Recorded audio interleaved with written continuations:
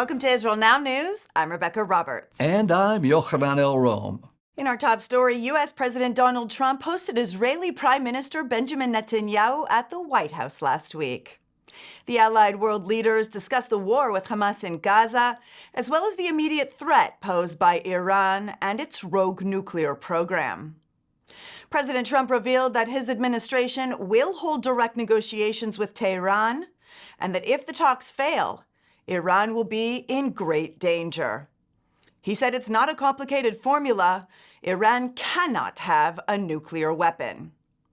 Netanyahu added that it would be great if diplomacy could fully eliminate Iran's nuclear program, but that the radical Islamic regime must be stopped one way or another. The Israeli Prime Minister is the first world leader to visit President Trump during his second term in the White House, and is also the first world leader to meet with him a second time. The United States has deployed a second THAAD missile defense system to Israel as both nations prepare for a possible war with Iran. This American-made anti-ballistic missile defense system is capable of disabling projectiles up to 200 kilometers away and can be integrated into Israel's multi-layered defense systems. Iranian officials who fear a joint U.S.-Israeli attack sent a thinly veiled threat to Arab countries in the region, forbidding the use of their airspace for such a strike. Tehran reportedly warned the leaders of Iraq, Kuwait, the United Arab Emirates, Turkey, and Bahrain that the use of their skies constitutes an act of hostility against the radical Islamic Republic and will result in severe consequences. In October, Israel neutralized Iran's Russian-made air defense systems, leaving Iranian nuclear facilities vulnerable to attack. The International Criminal Court demanded that the Hungarian government arrest Israeli Prime Minister Benjamin Netanyahu during an official state visit to Budapest last week. The ICC requested that Hungary apprehend and surrender the Israeli leader to a detention center in The Hague.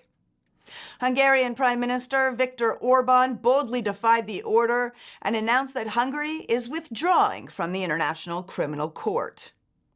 In May of 2024, the ICC issued arrest warrants for Israeli leaders on charges of war crimes and crimes against humanity. The Kangaroo Court made these accusations based on falsified data provided by the Hamas-run Ministry of Health in Gaza. These reports have since been invalidated, but the ICC continues to use the falsified casualty toll to persecute Israelis. Yochanan has more on that. The Iranian-backed Hamas terror group has quietly retracted its falsified Gaza casualty figures.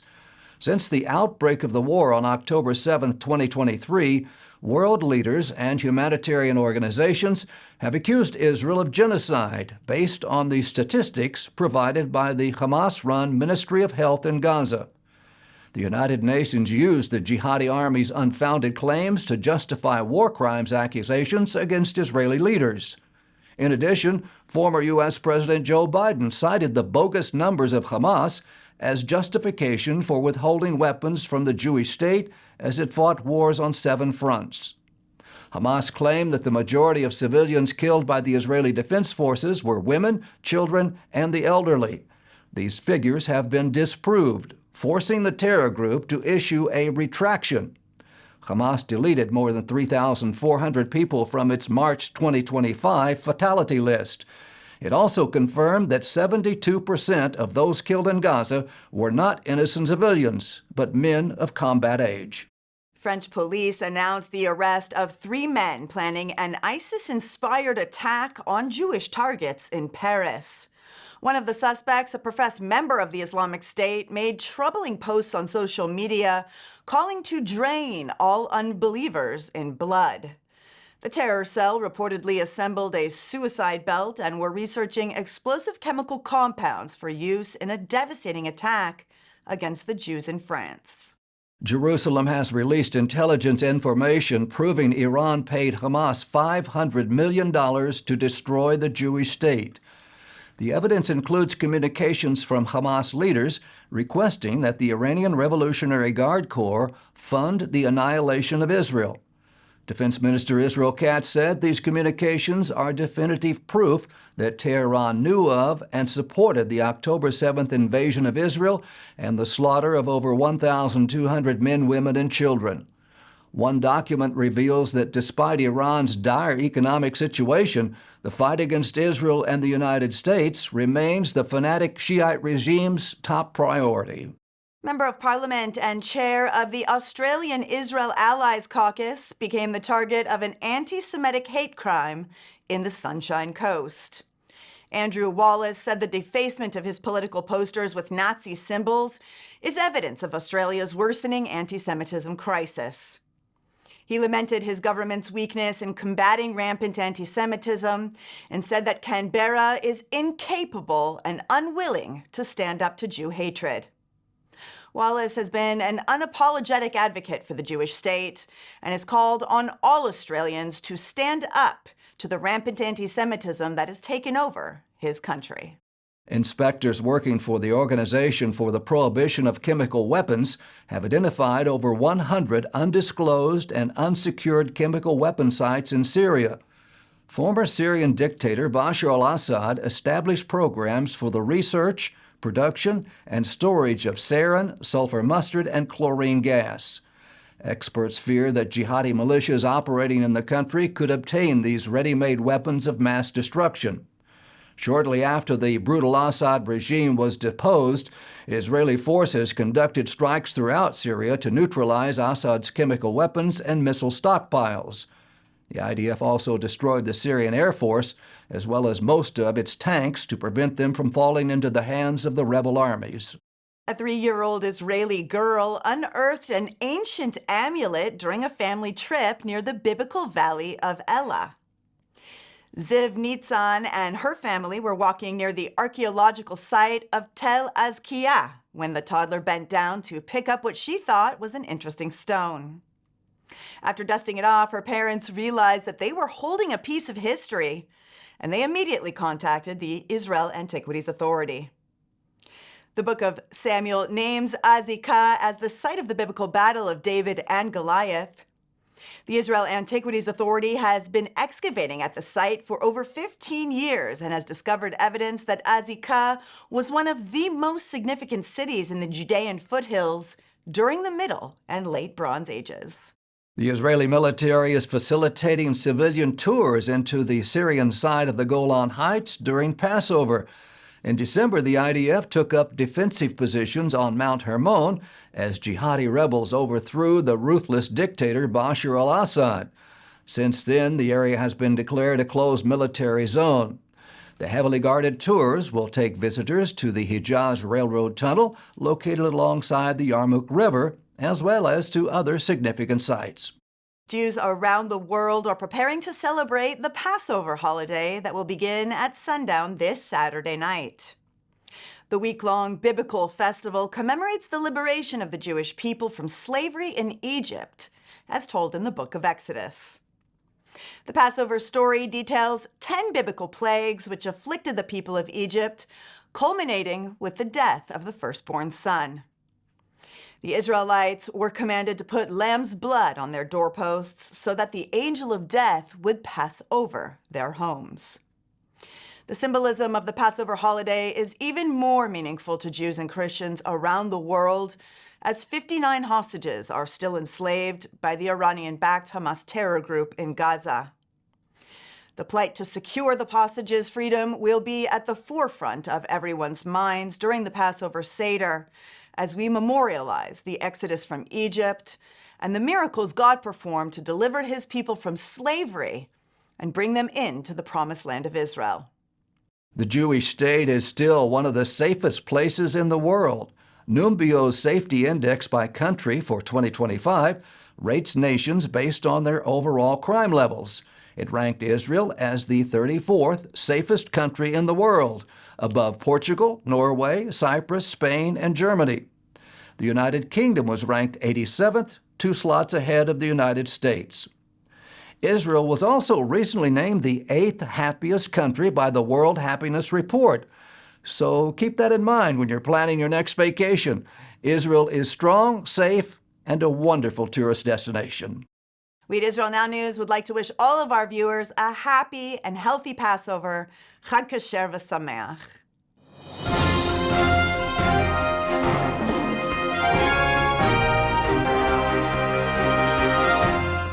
That concludes the news portion of our show. Stay tuned for Ask the Source with Josh Reinstein.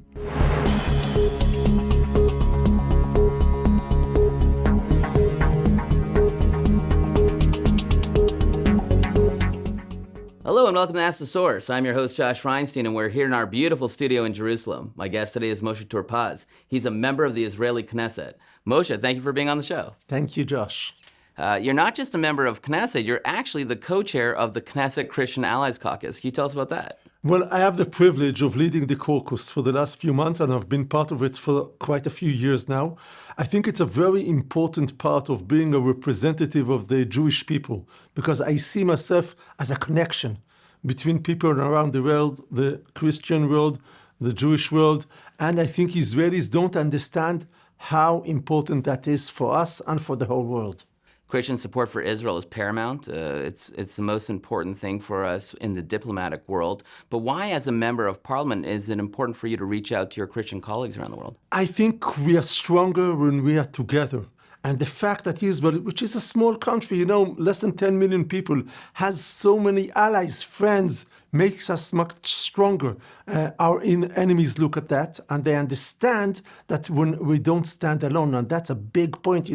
I'm a security person. I served many years in the army. I'm part of the security committee in the parliament. And I think that looking in a broad way at security means you have a lot of allies, a lot of friends that help you when you need them. Since October 7th, this is the first time that Israel went to war, and we aren't alone. We are seeing that millions of Christians are standing with us around the world. How important is that to the Knesset? I think it's tremendously important. I think it's not only the notion, the understanding of the soldiers.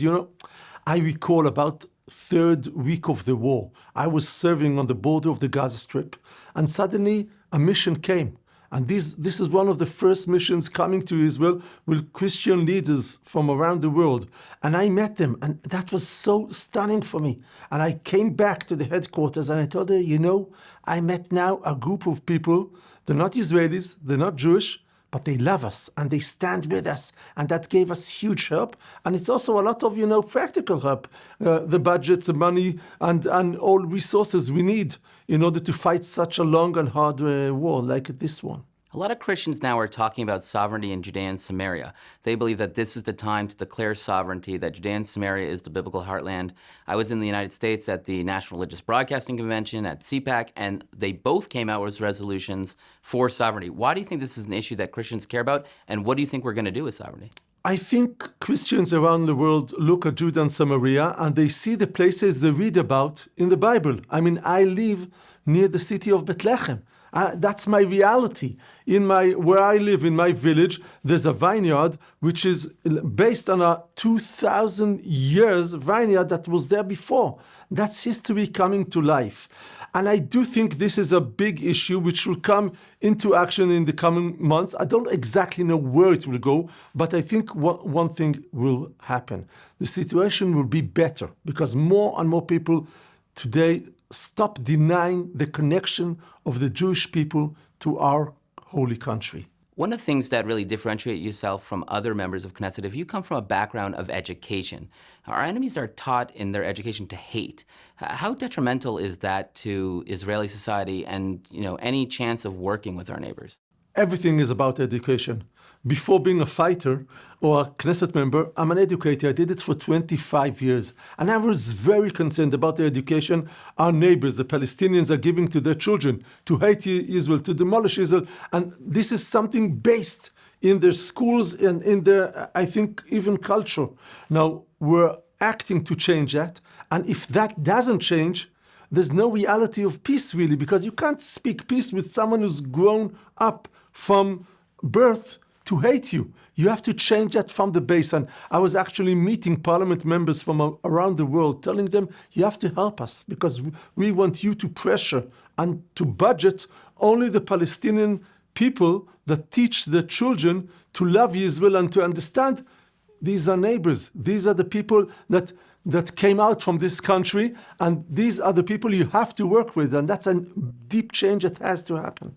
You sit on the Foreign Relations and Defense Committee, and the biggest threat, the biggest existential threat to Israel is nuclear Iran. After they fired so many hundreds of ballistic missiles at us, how is that still a threat? Why haven't we wiped out that capability? Well, I think we may, and we will change that. I hope with other countries, Israel will act, because the Iranians are not stopping. They're not only financing terror, they're also building their weapons in order to re-attack Israel for the third time in the last year. And I do think we may see an action quite soon in order to stop Iran from being nuclear. That's a number one priority, not of Israel, but I think for the whole world. Back to the caucus, it's bipartisan, coalition, opposition. You chair it together with member of Knesset Yuli Edelstein. There's 18 members. There's always disagreements between coalition and opposition, but it seems to be a consensus issue that Donald Trump is good for Israel. How do you see his first 3 months in office? I think there have been a tremendous 3 months. I think this has opened us so many chances and opportunities for Israel. I think we feel today we have great friends in the government of the United States, and I hope that this will come into action, dealing with Iran, dealing with other threats, and also building more bridges of hope and of friendship for Israel around the world. I can tell you in first hand that I see countries that are acting differently to Israel now because they know we have our great friends in the States. Moshe, there are literally tens of millions of people watching this show. What message do you have for our viewing audience? I have one message. Stand with Israel. Stand with us. Come visit us. Help us. Show us your gratitude, your helpful, your friendship. We need you. We're happy to have you. Be with Israel. Thank you, Moshe, for being on the show. And thank you for tuning into Ask the Source. I'm your host, Josh Reinstein. Now back to the studio.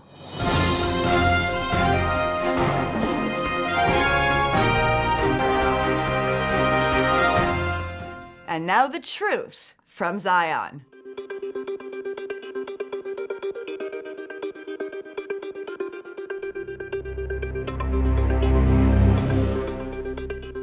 There's a concerning web of connections between the Islamic Republic of Iran and the terror group called Hezbollah. Hezbollah is a proxy army of Iran. Iran trains them, funds them, and influences them on who and when to attack. But how has this group become so rich and so organized? Let's examine more closely how Iran plays a pivotal role in the formation, financing, and support of Hezbollah, a group that now possesses a dangerous arsenal of advanced guided missiles on Israel's northern border. Hezbollah is a Shiite terrorist organization with a political front based in Lebanon. It emerged in the early 1980s with major financial backing from Iran. At the time, Lebanon's government was mostly run by Christians and Sunni Muslims. Many Shiites in Lebanon claimed their voices were not heard and their needs were ignored. Iran saw the frustration of the Shiite population and preyed on its weakness. The Iranian Islamic Revolutionary Guard Corps aligned itself with young, radicalized men from poor and run-down parts of Lebanon. The IRGC leaders turned them into extremists who could help Iran extend its influence and ideology across the entire region. Their goal is to revive Islam to a past glory, where the social, political, and personal life of everyone would have to conform to strict Sharia law. The fanatical organization showed its true colors when early Hezbollah operatives carried out the world's first suicide bombings. In 1982, at the beginning of the First Lebanon War, a car rapidly entered Israel's military headquarters in the coastal city of Tyre, Lebanon. Once inside, the driver pressed a button and blew himself up. 91 people were killed. 75 were members of the Israeli security forces, and the rest were Lebanese and Palestinian prisoners. In 1983, Hezbollah terrorists detonated 2 explosive-laden trucks. The first destroyed a 4-story barracks, killing 241 U.S. Marines and sailors. The second rolling bomb exploded in a nearby building, killing 58 French paratroopers who were part of a peacekeeping mission. Suicide bombers were promised that large sums of money would be sent to their families once their deadly missions were completed. The men accepted the deal, and suicide bombings became a widespread global phenomenon. By 1984, the administration of U.S. President Ronald Reagan declared Iran a state sponsor of terrorism. Later administrations sanctioned the radical Shiite country and its leaders. However, none of these actions prevented Iran from providing Hezbollah, its new proxy army, from acquiring advanced training, weaponry, and most importantly, financial support. By 1992, Hezbollah was voted into parliament, giving the terrorist group a new status as a political party. Today, the terror organization is a highly capable force with an estimated 150,000 rockets and advanced guided missiles aimed at Israel. Hezbollah and the IRGC routinely tell the world that their goal is to annihilate all the Jews living in the Holy Land. But the international community pays little attention to those threats. In 2016, Hezbollah Secretary General Hassan Nasrallah admitted the organization's budget came entirely from the Islamic Republic of Iran. It included everything from daily supplies to weapons and rockets. 2 years later, the U.S. Treasury Department estimated that Hezbollah was working with an annual budget of $800 million. By 2020, Hezbollah was declared to be the most heavily armed terrorist organization on the planet. Their weapons are not only numerous, but also technologically advanced, capable of striking targets with precision. Hezbollah's influence extends beyond its home base of Lebanon. It has played a significant role in other conflicts, like the Syrian civil war, where it fought alongside Iranian forces in support of the brutal Assad regime. The bloody conflict has resulted in over 500,000 civilian casualties. But where is the International Criminal Court at The Hague? Where is the impotent United Nations? Where are the tens of thousands of self-righteous demonstrators demanding an end to the carnage in Syria?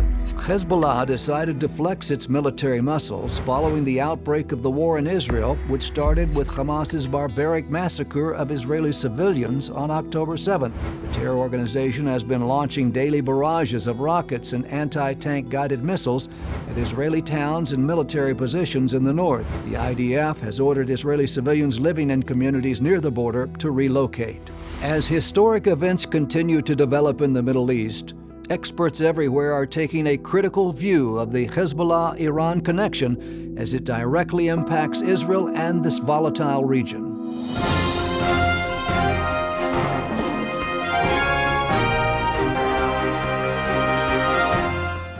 Up next, the ICEJ report from the International Christian Embassy, Jerusalem.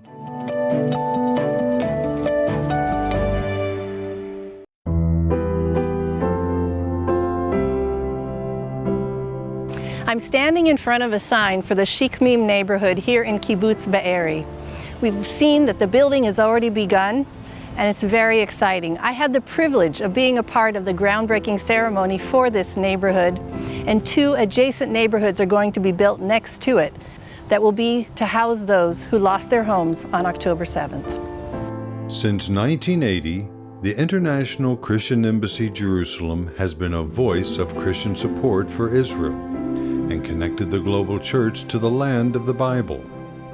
Headquartered in Jerusalem, the ICEJ has taken action to stand with Israel by caring for Holocaust survivors, helping Jewish families return home to Israel, providing bomb shelters, fighting anti-Semitism around the world, and by inviting Christians to discover Israel for themselves. Very early in the morning, the terrorists made a huge hole, a 40-meter hole in the fence with a big tractor, okay? And as you can see, my house and my neighbor house is the same house. It's the closest one to the hole in the gate, in the fence.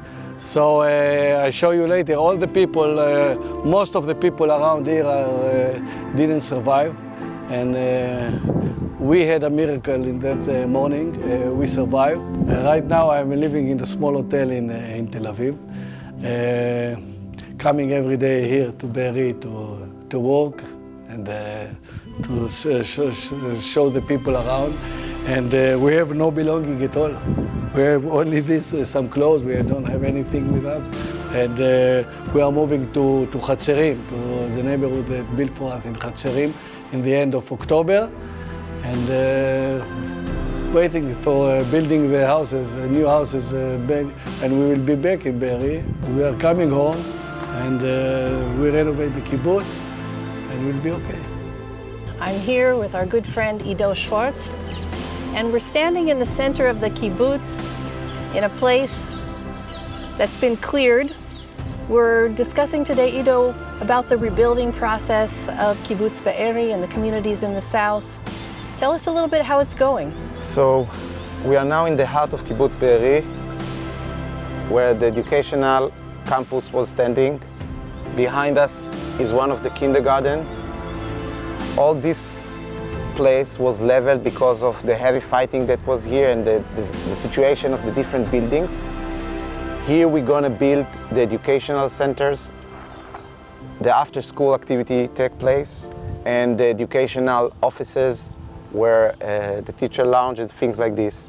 Regarding the building, Kibbutz Be'eri has already started the first rebuilding phase of 52 house units, and I hope that by the end of 2024 the entire community will be at Kibbutz Chatzerim. We need your support, both firstly by prayers, that those efforts will be fruitful, and secondly, come and visit us and bear witness to this miracle of rebuilding this shattered community.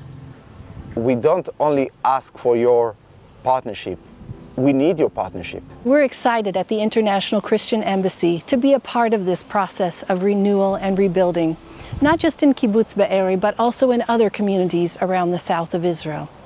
And we want to say to our friends around the world, join with us to be a part of building a brighter future for the people of Israel.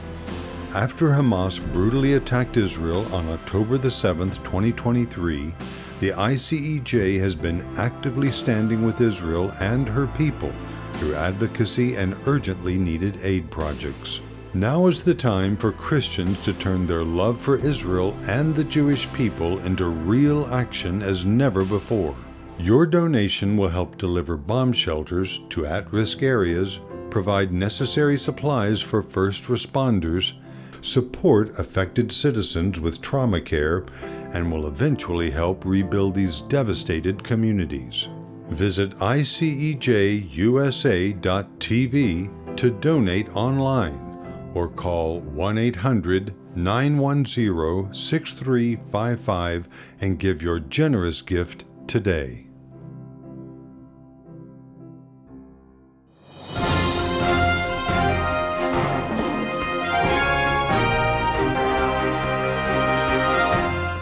That's all for this edition of Israel Now News. I'm Rebekah Roberts. And I'm Yochanan Elrom, reporting from our studio in Jerusalem. Join us again next week for all of your Israel updates.